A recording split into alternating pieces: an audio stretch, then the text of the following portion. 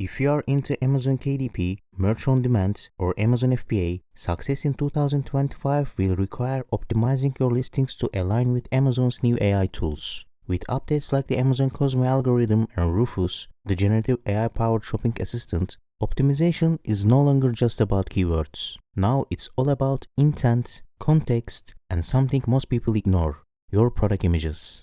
In this video, I will show you why optimizing your product images, book cover designs, t-shirt designs, and A+ content visuals is more important than ever. Stick around, this could transform your listings. This past year, Amazon has introduced several new generative AI-powered tools to make shopping easier and more convenient. As we head into 2025, how your product listings interact with these AI tools will play a crucial role in your success. In a previous video, I discussed optimizing product listings for COSMO and Rufus and briefly touched on the importance of enhancing product images. Today, we are diving deeper into this topic to better understand its impacts. I will use ChatGPT to demonstrate some examples, but I won't be using existing book covers from Amazon for two key reasons. First, out of respect for privacy, I won't be showing anyone else's book cover here. And second, for accuracy, if I were to ask ChatGPT about an existing book cover, it might pull information from the product's Amazon page or elsewhere online, which could influence the results.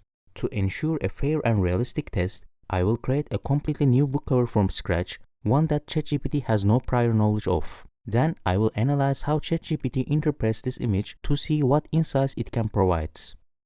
I am skipping over the detailed design process in Illustrator, but here's a quick overview. I used AI tools to design this image, added a title, and included target age groups, similar to what you would find in any coloring book listing on Amazon.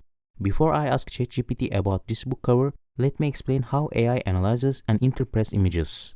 AI uses advanced techniques like computer vision and machine learning to break down what it sees. One key process is object detection. This is where AI identifies and classifies objects within an image by analyzing patterns, shapes, and textures. Here is an example. AI detects and labels objects in an image, such as monitor, keyboard, or a coffee mug, by placing bounding boxes around them, making it easy to identify each item. For more information, check out the Amazon recognition site. Another key process is text recognition. When an image includes text, like a book title or a slogan on a t-shirt, AI uses OCR, optical character recognition, to extract and interpret that text. It doesn't just read the words, it also evaluates readability, font style, and alignment to assess how relevant and high quality the text is. I have mentioned this technology in one of my previous videos, but if you are interested in more details, you can explore the Amazon Web Services website. Now, let's upload this image to ChatGPT and ask if it can describe it in detail to see how it responds. Alright, here we go. As you can see, ChatGPT easily recognizes that the image is a vibrant and colorful cover for a children's coloring book aimed at ages 4 to 5. Using OCR technology, it reads the main title text, coloring book, and even provides additional details about the font, describing it as bold, uppercase letters colored in black with a clean and modern style. With object detection technology, ChatGPT identifies background objects like flowers, stars, and planets. It also provides a detailed description of the main object on the cover, the dinosaur. It describes it as green with colorful polka dots of pink, yellow, and purple scattered across its body, and adds, it has a friendly expression with a wide smile and bright, joyful eyes. Additionally, it identifies other elements on the cover and even determines the target age group based on the information I included, as age 4 to 5. Besides text recognition and OCR, AI also analyzes the color and composition of the image. It evaluates the color palette, contrast, and overall composition to determine how well the design works. For example, it checks if the colors match the expected aesthetic for the product category or how well the design fits within the image layout. In this case, ChatGPT describes the color scheme as bright and vibrant, with dominant greens, yellows, pinks, and purples, making it highly appealing to young children. AI also has contextual understanding. What I mean by this is that, through deep learning, AI can associate the detected elements with specific contexts. For example, it might recognize a book cover's genre based on its imagery or identify a product's target audience by analyzing design cues. Some of you might think that since I specified the age group as 4 to 5, ChatGPT simply identified the age group as young children. But let's take it a step further. We will test the same cover design again, but this time without the circular badge in the bottom right corner that indicates the age range. Alright, here we go. As you can see, ChatGPT identified the target audience even though I didn't include any information about it on the book cover design. It says it's intended for kids aged 3 to 8 years old. This is a great example of why it's so important to include relevant objects on your book cover designs.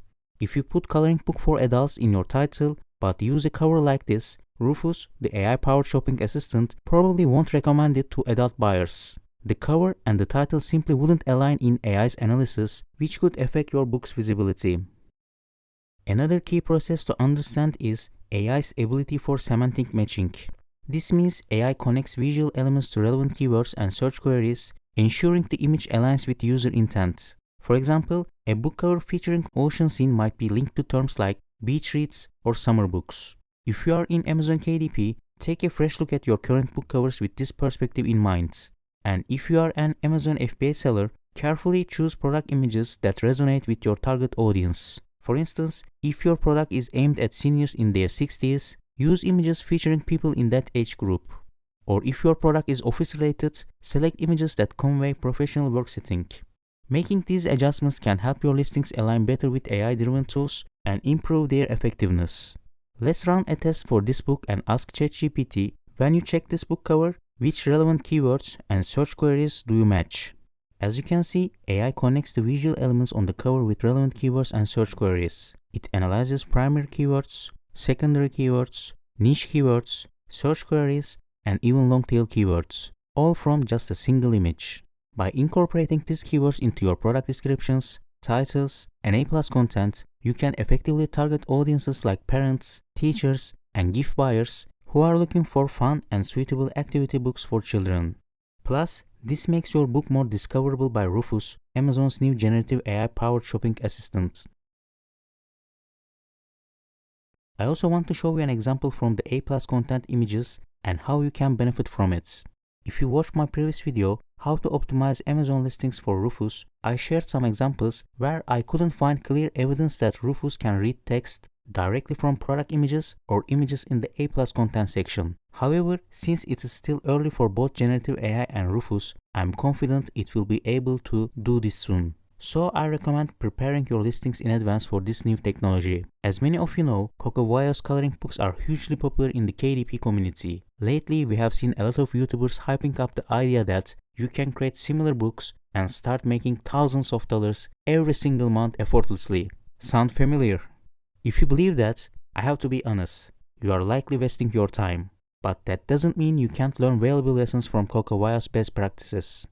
Let me give you an example of why their success isn't just a coincidence. If you look at their reviews, you will see they have received some negative feedback about marker bleed through. To address this, they have taken proactive steps in their product descriptions by emphasizing that their books have single-sided pages to prevent bleed through. They even include a warning for customers to use a protective sheet when coloring with markers. But here's the smart part. Not everyone reads product descriptions. To reach those customers, they also added a visual representation of this information in their A+ content.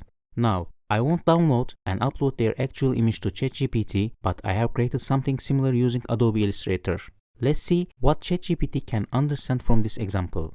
Alright, so ChatGPT recognizes that the book features single-sided images, and it also understands that the book is 8.5 by 8.5 inches, which is exactly what we expect from OCR technology. But what's really interesting here is that it says one side of each page features a coloring design, while the reverse side is blank to prevent colors from bleeding through. I find this impressive because the AI can extract that info from the simple illustrated image, and the logic behind it matches exactly what they wrote in their description, helping to reduce negative reviews on that issue. Instead of following what other YouTubers claim about making thousands of dollars by copying Coco's book ideas or drawing styles, I think every Amazon KDP seller should take inspiration from Coco's approach to listing quality and optimization. I can see they are already preparing for COSMO and Rufus optimization. Right now, when I ask Rufus about marker bleed through, it provides an answer based on product details and customer reviews, as I mentioned in my previous video. But in the near future, I think it could add this image to its response, which could help increase conversions. Who knows? We will have to wait and see. I hope you find this video useful. If so, please consider subscribing and liking the video to support the channel. See you soon in the next video.